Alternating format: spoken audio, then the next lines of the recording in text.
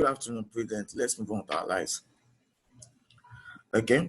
So we're talking about, I gave you an assignment on the sample doll. And evidently okay, let me check what you wrote.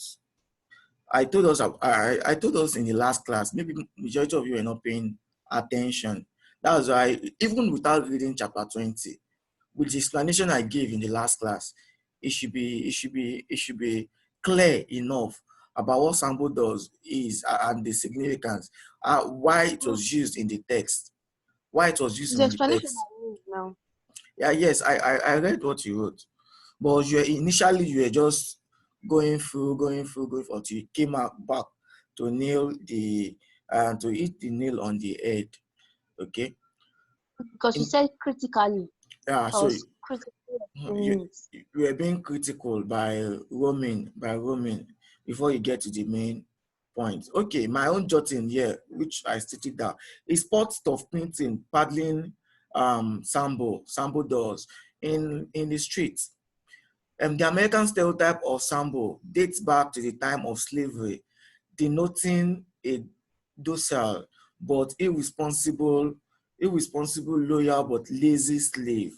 Okay, irresponsible, loyal but lazy slave. The narrator seeing this, everything that comes to the narrator's brain or the narrator's dealing tells us that he was betrayed, that he didn't expect that a citizen like Todd Clinton with the orientation and the teachings and everything he has received was just to come and start doing what they feel they should have forgotten as Black Americans, things that will remind them of slavery, things that will regurgitate slavery to them, things that will bring that will stain the names and identities of Black Americans. Abiba, turn on your video now. I believe coming back to the class is because you are ready to turn on your video. So turn on your video now. So I'm giving you like 1 to 2 minutes to do that before you go back on exile again. Okay. So now going on with the dealings of what he said, Prudence, can you give us an analysis of the remembrance at which the sample dolls gives to the narrator, why he felt betrayed? Why he felt betrayed that Todd Clinton had to bring forth to memory the sample dolls? Okay. The sample dolls were stereotypes. Okay. That like they were dolls that were used by Black entertainers to make the white people laugh. So it was like a form of mockery to the Blacks, just for the entertainment of the whites. And he felt betrayed by Todd Clifton because, like, Todd Clifton was one of the youth leaders of the Brotherhood, and like he upheld their ideology when he was in the Brotherhood. So his own was like, why would somebody that had such a high position in the Brotherhood stoop so low as making dolls on the street side, something like that. That was, I felt betrayed. Okay, and that when he had a fight, when Todd Clifton had a fight with Raz the Extorter, when Raz the Extorter was saying that he could be a king in Africa, he was like, no, that would be him. How do you use it? Going outside of history, that he does not want to plunge. That's how they use it. But now that he's seeing Todd Clifton plunging and going out of history, that it just meant that he was a hypocrite, something like that. Yeah. That why would Todd Clinton use something that that mocks the traditional Black man, traditional Black American, that mocks the Negro? Why would he use it as something it shouldn't be seen doing that? And of course, for him to be doing that, it was something of an aberration, that for somebody with his timber and caliber doing something like that. that with the orientation and the dealings and all the theories he has been taught, he has been enlightened through the brotherhood organization, through the brotherhood group. He is the least person that the narrator will expect to be doing things that should mock the black as a black man. He is the least person that will bring forth things that should bring forth things that will dampen the image of the black man. He should be the last person that should do something like that. So on the long run, while he was selling these dolls, using to advertise things on the streets, what happened? What incident happened according to the text, the invisible man? Okay. When the narrator saw him, he got very angry, so he spat on one of Todd Clifton's doors, Okay. which made because like there was a crowd there. It was just like he was a salesperson that was Yes, he was advertising. performing. Yeah, he was performing show. Yes. So when the narrator spat on it, Todd Clifton just looked at him. Then he just carried his things away from there and told the crowd to follow him. So when the narrator now left, like he just turned around. He said he did not want to face Todd Clifton because he knew that he was going to get violent with him and he did not want to partake in any grievous acts. Okay. So then I think after the show, a policeman now caught Todd Clifton on the way and started harassing him Okay. because he was a black man. So they went to an alley and the narrator was watching from a distance. Like he first thought that the policeman was just arresting a normal shoe shiner. But when he realized that it was Todd Clifton, he was now going to go and pay the fine for Todd. But when he got there, the Todd Clifton was already fighting back the policeman because of the way he was treating him, and the policeman shot him. He was shot by the policeman because he was trying to resist arrest. He was trying to resist. He was trying to go on battering of words with the policeman, and we can see that this is evidently what is the order of the day. Even as far as the book was written, far back in the 1880s. Okay, things like this is already occurred then. For it to have been written down, at least it was inspired through realism, through something that happened for real. And we can see it is also happening in our daily ordeals, okay, in our daily ordeals, where we can yell and see the constant movement, the hashtag I can't breathe in America, which a white policeman shot dead a black American. Okay, it's something that is happening on a consistent basis.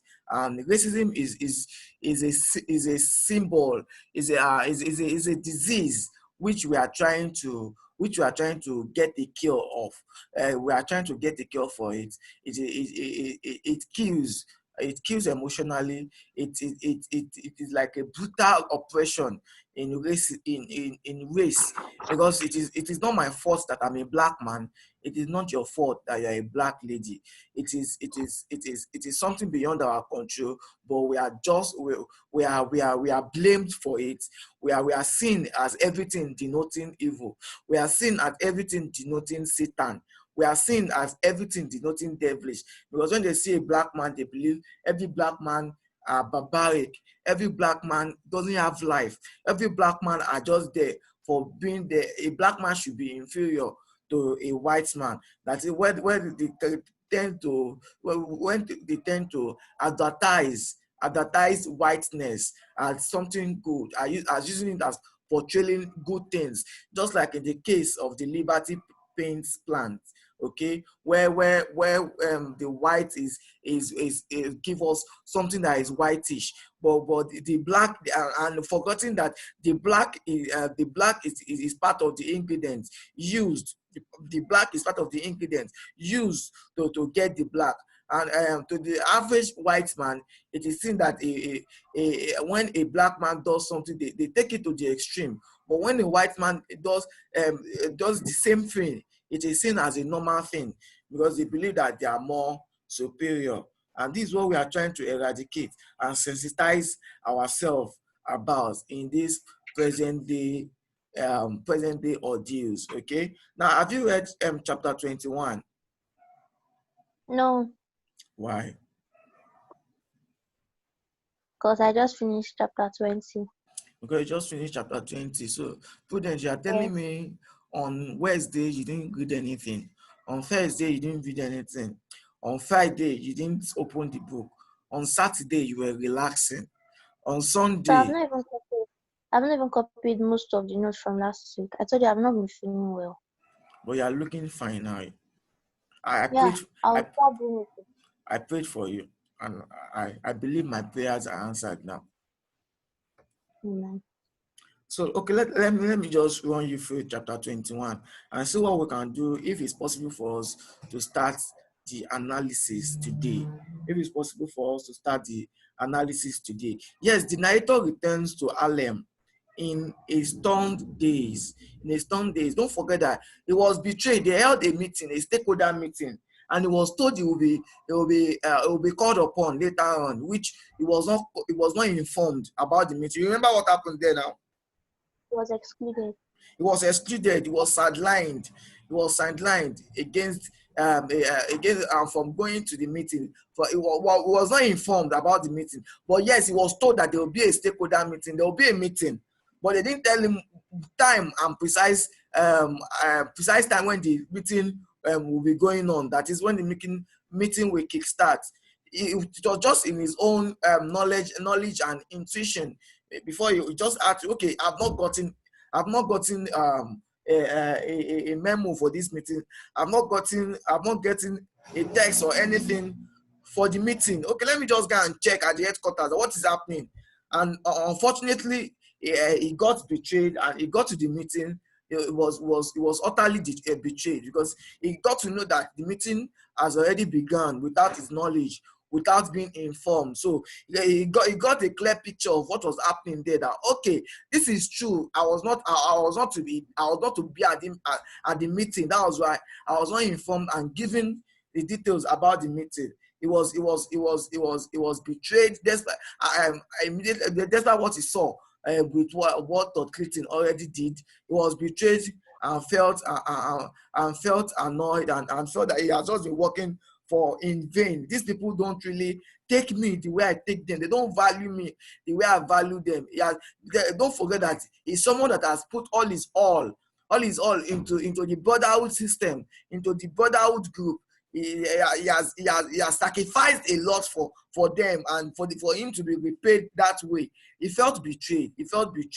And in chapter 21, we can see that in Harlem, in a stone gaze, haunted by the memory of Clifton's death and of the black doll. Once he reaches his office, he tries to make the doll dance. He finally realizes that Clifton was manipulating it with a black string attached to his back. Now, for them to be analyzing all these things, black doll, black string, black memories, black culture, black tradition, black and black. Okay, it is signifying and bringing certain things. Yes, when they were describing the doll, they said that the string he was using was invisible, not black. Yes, but on the long run, when he was trying to remember and regurgitate what happened for the memory of the dead, it is in account in chapter 21. It is an account in chapter 21 that he realizes that Clifton was manipulating it with a black string. It was not visible to everybody. But it was until he could recollect. You see what was stated here that I'm trying to tell you. He finally realizes that he did not know before.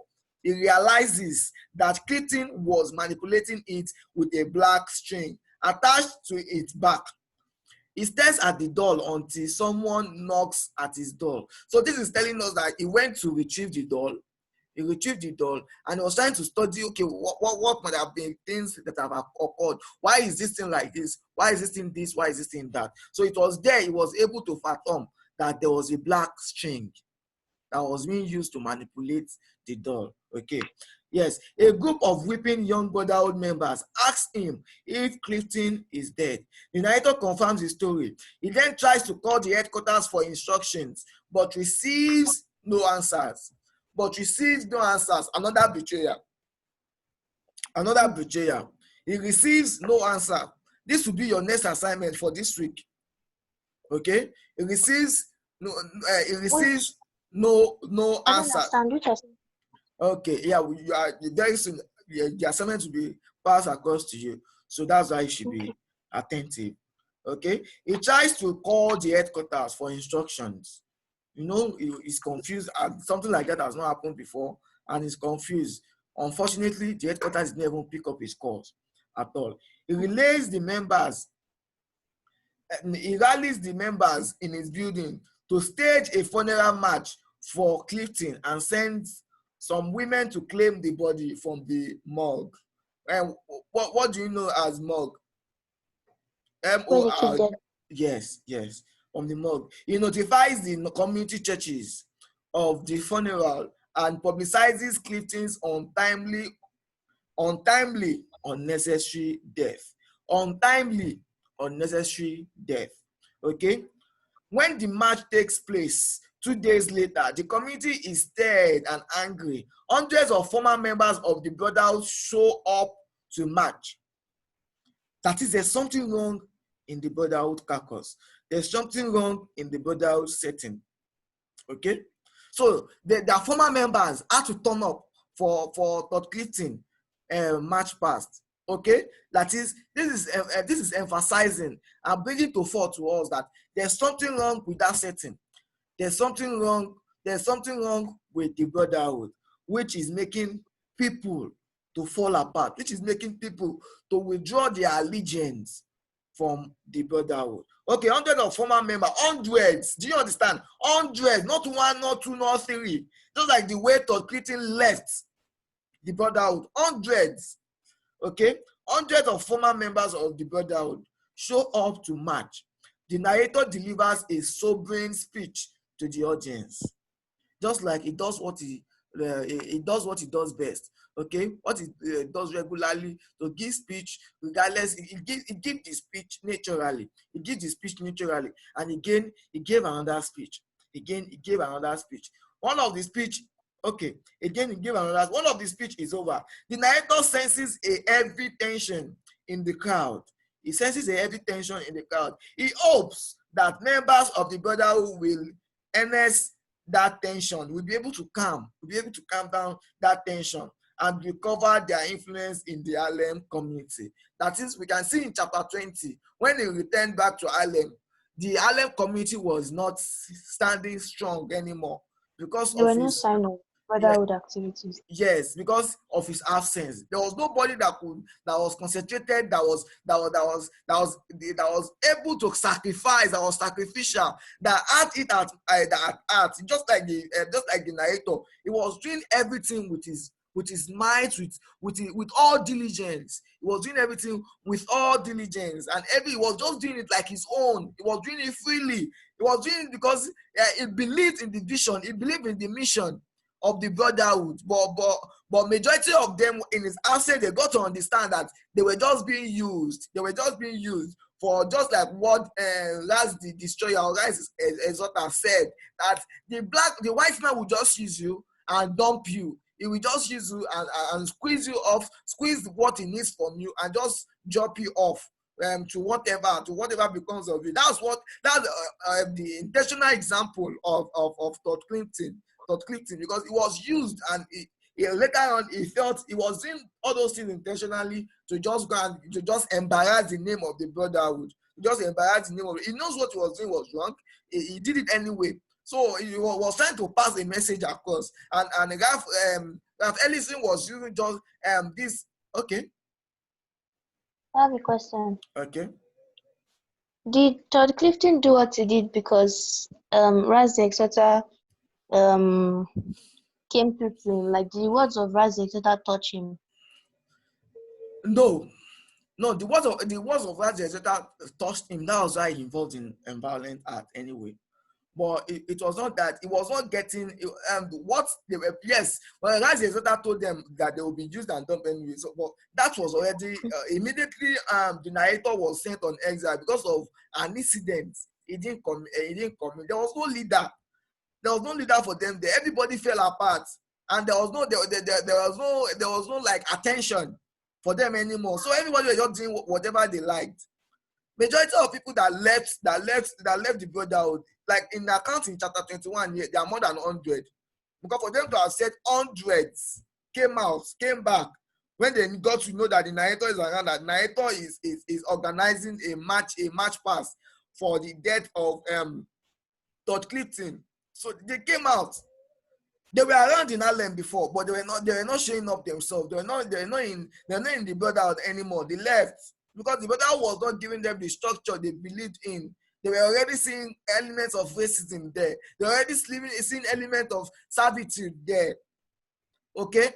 Todd Clifton was just Ralph Ellison just used Todd Clifton to remind us about the heritage of the blacks, that him mocking the blacks, that trying to prove to us that we are just slaves, we are just lazy slaves looking for favors, looking for share favors in the eyes of the whites. Only a black man will understand that, but the white man will see it like fun. The white man will see it as fun, but a white man will have a deep thought and understand what he was doing, and that was why the narrator felt betrayed. That this thing is reminding of us of our past, and you are still mocking us with it, and you doing that as a black man, it was an aberration. Okay, but there was something Ralph Ellison, the author of this text, is trying to bring out for us to understand in our knowledge. So as we go through the analysis, we will get to understand this. Okay, now starting I'll send the note on the analysis to you today. I'll send the note on that. Yes. I have a question. Okay. The narrator later gets the message Todd Clifton was trying to pass across to the Sam brother. That was why he was trying. That was why he had to retrieve the door. The message that the door was passing to the narrator initially, you know, the narrator still has faith in the brotherhood. Narrator was doing everything he was doing ignorantly. It was people that got to know about the narrator, people like Razzie Ezota and later on Todd Clifton, that got to understand about it. Now it is until when the narrator calls were not taken by the headquarters, he was betrayed not once, not twice. He was not trusted when he was asked to come and face panel, when he was sent on exile to go and still stay in the women's fashion of the brotherhood. Okay, he was not trusted, and these were people that he was sacrificing and doing everything for. Now you are not being trusted, and you are calling for help. Nobody is responding to you. You are being sidelined for meetings ordinarily you should be called to, and nobody is telling you, giving you any explanation. But as ignorant as the narrator is, he was trying to investigate the matter himself. And evidently, he left the brotherhood on the long run. After several betrayals, he left on the long run. But as I'm moving through in the analysis, we'll get through to it. Now, this chapter, in the analysis, this chapter is evidently consecrated on betrayals. Okay, betrayals, sharp betrayals on ideas, sharp betrayals on heritage, sharp betrayals on analogies, sharp betrayals here and there. While the narrator believes that he serves the interests of Black Americans, the narrator believes he serves the interests of Black Americans by joining the brotherhood. The former members of the Harlem branch shot him when he attempts to strike up a friendly conversation.